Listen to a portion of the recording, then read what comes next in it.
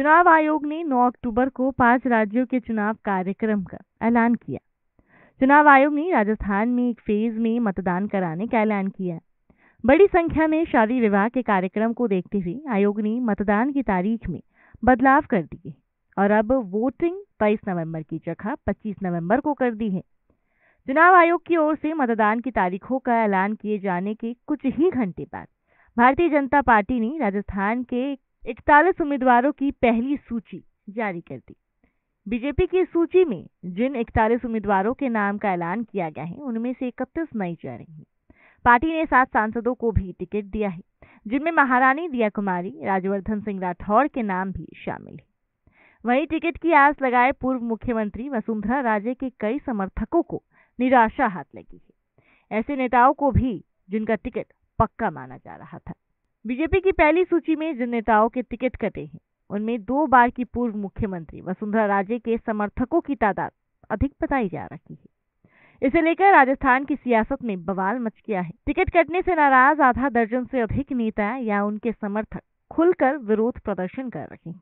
जयपुर की छोटवाड़ा सीट से बीजेपी ने राजपाल सिंह शेखावत का टिकट काटकर पूर्व केंद्रीय मंत्री राज्यवर्धन सिंह राठौड़ को दे दिया है।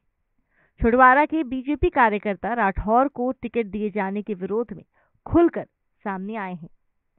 सांचौर सीट से बीजेपी ने सांसद देवीजी पटेल को टिकट दिया है। देवजी का भी सांचौर में विरोध हो रहा है।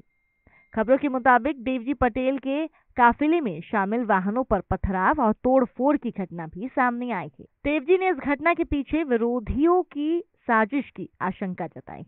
हालांकि वो विरोधी पार्टी के भीतर हैं या बाहर, इसे लेकर देवजी ने खुलकर कोई भी बातचीत नहीं की है। भरतपुर नगर विधानसभा सीट से 2 बार की विधायक अनीता सिंह और विद्याधर नगर सीट से विधायक पूर्व उपराष्ट्रपति भैरव सिंह शेखावत के रिश्तेदार नरपत सिंह राजवी को भी बीजेपी ने बेटिकट कर दिया। नरपत सिंह की सीट से बीजेपी ने महारानी दिया कुमारी को उम्मीदवार बनाया है। अनीता सिंह और नरपत दोनों ही नेताओं की गिनती वसुंधरा के करीबियों में होती है। नरपत की नाराजगी की खबरें आई तो बीजेपी के राजस्थान प्रभारी अरुण सिंह ने उनसे मुलाकात करी। दिया कुमारी ने नरपत से आशीर्वाद देने की अपील की और कहा कि भैरव सिंह मेरे लिए पिता की तरह थे। टिकटों के ऐलान के बाद बेटिकट अनीता सिंह और राजपाल सिंह शेखावत ने पूर्व सीएम वसुंधरा से मुलाकात भी की। कई अन्य नेताओं के भी वसुंधरा से मुलाकात करने की चर्चा तेज है।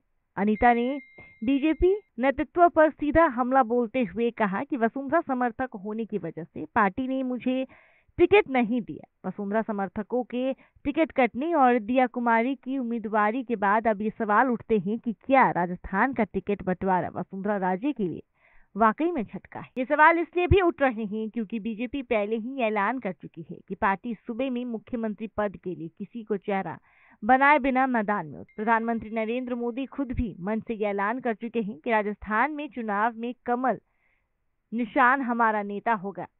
हम कमल निशान के ऊपर चुनाव लड़ने वाले हैं और उसी से जीत हासिल करने की तमाम कोशिश करने वाले हैं। अब ऐसे में जिस तरीके से बीजेपी जो है वो वसुंधरा राजे को दरकिनार करती नजर आ रही है, उनके समर्थकों को टिकट नहीं देकर के नए उम्मीदवारों को टिकट दिया जा रहा है, दिया कुमारी पर इतना भरोसा जताया जा रहा है, इससे ये साफ जाहिर होता दिख रहा है कि बीजेपी किस तरीके से वसुंधरा राजे को दरकिनार करके दिया कुमारी के लिए जगह बना रही है और दिया कुमारी को कितनी तवज्जो दी जा रही है। जिस तरीके से राजस्थान की सियासत में इस तरीके के बदलाव आ रहे हैं, बीजेपी में वसुंधरा राजे को दरकिनार किया जा रहा है, दिया कुमारी को आगे किया जा रहा है, इससे आने वाले विधानसभा चुनाव में क्या असर बीजेपी पर पड़ता है, ये देखना काफी दिलचस्प होगा।